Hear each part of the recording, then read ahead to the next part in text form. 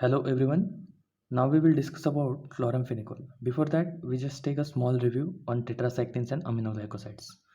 पहले हमने tetracycline discuss किया था, जिसका जो मेन बायोलॉजिकल सोर्स था जिससे हम टेट्रासाइक्लिन आइसोलेट करते हैं वो है streptomyces aureofaciens and second one is the aminoglycoside जिसको हमने आइसोलेट किया था streptomyces griseus. Now we will see chloramphenicol. So chloramphenicol is obtained from streptomyces venezuelae. तो ये सारे एक्टिनोबैक्टीरिया के क्लास में आते हैं. Okay, so all these are the soil bacteria. तो अल्टीमेटली टेट्रासाइक्लिन है, अमीनोग्लाइकोसाइड से क्लोराम्फेनिकोल है. इन सब का सोर्स जो है वो सॉइल बैक्टीरिया है. Okay, currently we synthesise the chloramphenicol. मतलब अभी हम वो आइसोलेशन का मेथड यूज़ नहीं करते, अभी हम लैब में उसको सिंथेसाइज कर सकते हैं. Then what are the features of the chloramphenicol? Chloramphenicol is a yellowish white crystalline solid. It is photosensitive drug. What do you mean by photosynthesis? Photosensitive. Photosensitive means what? अगर ये drug light के contact में आ जाता है तो उसमें structural changes आ जाते हैं, वो डिग्रेड हो सकता है. So that's why it is a photosensitive drug. And third one is a bitter in taste. अगर हम उसका स्ट्रक्चर देखेंगे, उसमें जो नाइट्रोबेंजीन मॉइटी है, तो वो रिंग, वो जो मॉइटी है वो इम्पॉर्टेंट और इसेंशियल है for anti microbial action. Okay, so उसका मैकेनिज्म ऑफ एक्शन क्या है? So it is a 50S ribosome blocker. Means जैसे कि हमने देखा था 30S ribosome blocker for aminoglycosides and tetracyclines. वहाँ पे क्या होता है, जो हमारा ड्रग है वो 30S राइबोसोम को ब्लॉक कर देता है. राइबोसोम का काम है प्रोटीन सिंथेसिस. अगर वो ब्लॉक हो गया तो प्रोटीन सिंथेसिस नहीं होगा, तो अल्टीमेटली जो बैक्टीरिया है उसका सर्वाइवल मैकेनिज्म ही खत्म हो जाएगा. सेम बैक्टीरिया में दो टाइप के राइबोसोम्स रहते हैं. एक होता है 30S राइबोसोम, दूसरा होता है 50S राइबोसोम. तो हमने क्या किया, जो 50S राइबोसोम है उसको ही ब्लॉक कर दिया with the help of chloramphenicol. तो प्रोटीन सिंथेसिस नहीं होगा, अल्टीमेटली बैक्टीरिया की डेथ हो जाएगी. Then spectrum of activity. अभी जो क्लोराम्फेनिकोल है वो ब्रॉड स्पेक्ट्रम एंटीबायोटिक है. तो वो कौन कौन से माइक्रो ऑर्गेनिजम्स के अगेंस्ट एक्टिव है? तो पहला है सैल्मोनेला टाइफी, जिससे हमें टाइफॉइड होता है. सेकेंड इज एच इन्फ्लुएंजा, जिससे हमें एच इन्फ्लुएंजा डिसीज होता है. देन बॉर्डिटेला पर्ट्यूसिस, जिसकी वजह से वुपिंग कफ होता है. So these are the important feature कि ये इनके अगेंस्ट एक्ट होता है. Next is klebsiella and neisseria meningitidis. Okay, so this is the spectrum of activity for chloramphenicol. Then pharmacokinetics parameters. So this chloramphenicol is rapidly and completely absorb in oral cavity, that is oral absorption. उसका जो भी gastrointestinal tract में absorption है वो rapid है and complete है. Next, plasma protein binding is about 50 to 60%. Okay, then its excretion is takes place through urine and its T half is about 3 to 5 hours. So these are the pharmacokinetic parameters. Adverse effect, these are very very important because ये exam में पूछे जाते हैं. तो उसमें कौन कौन से एडवर्स इफेक्ट हैं? एक है बोन मैरो डिप्रेशन.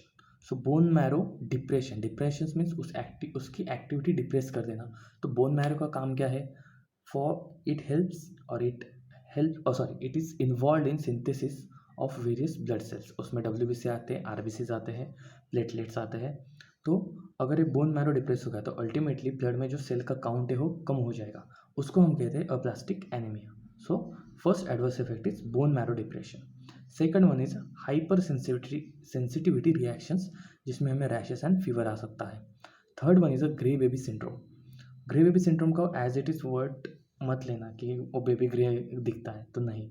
तो एक्चुअली वहाँ पे क्या होता है, तो बेबी स्टॉप्ड फीडिंग, जो बच्चा है, जो न्यूनेट है, इन्फेंट है, वो खाना पीना छोड़ देता है.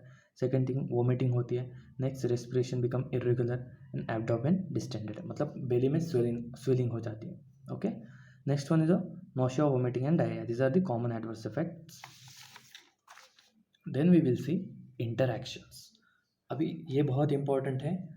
पहली इंटरेक्शन है chloramphenicol inhibit metabolism of tolbutamide which is anti diabetic drug, warfarin which is anticoagulant, cyclophosphamide which is anti cancer and phenytoin which is anti epileptic.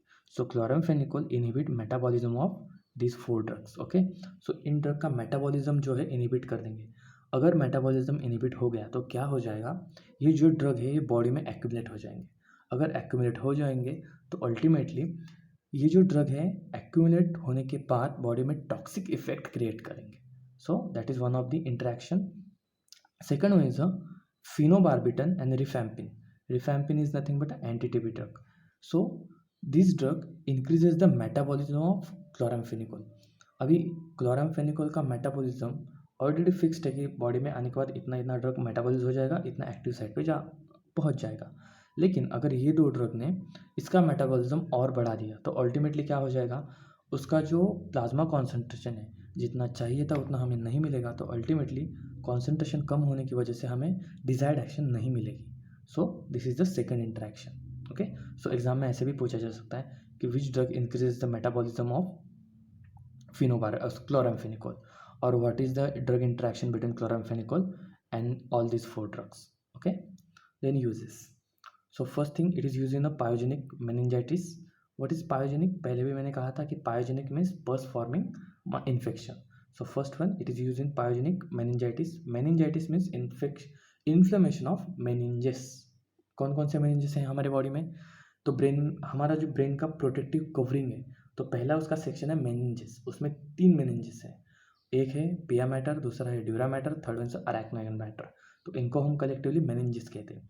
अगर इनका इन्फेक्शन होता है, इन्हें इन्फ्लेमेशन होता है, तो उनको हम कहेंगे meningitis. Okay, then intraocular infection. अगर आँख में, आई में कोई अगर प्रॉब्लम हो गई, वहाँ पे इन्फेक्शन है, तो वहाँ पे हम क्लोराम्फेनिकोल यूज़ कर सकते हैं. Next is it is use to treat enteric fever such as typhoid. Up to 1980s it is a drug of choice for typhoid fever, but अब हम इसे यूज़ नहीं करते. Next is it is use in urinary tract infection. Then topically it is applicable for treatment of conjunctivitis and external ear infection. Okay, so these are the basic uses for the chloramphenicol. Now note, first note is not used for systemic infection. पहले भी हमने adverse effect में देखा था कि अगर systemic infection के लिए हम इसे यूज़ करेंगे तो बोन मैरो डिप्रेशन हो जाएगा. Okay, next, never use for minor infection. Yes, क्योंकि इस ड्रग के साइड इफ़ेक्ट्स बहुत ज़्यादा है, तो माइनर इन्फेक्शन के लिए हम ये ड्रग नहीं यूज़ कर सकते. कंबाइंड फॉर्मुलेशन, ये पॉइंट नोट करने जैसा है.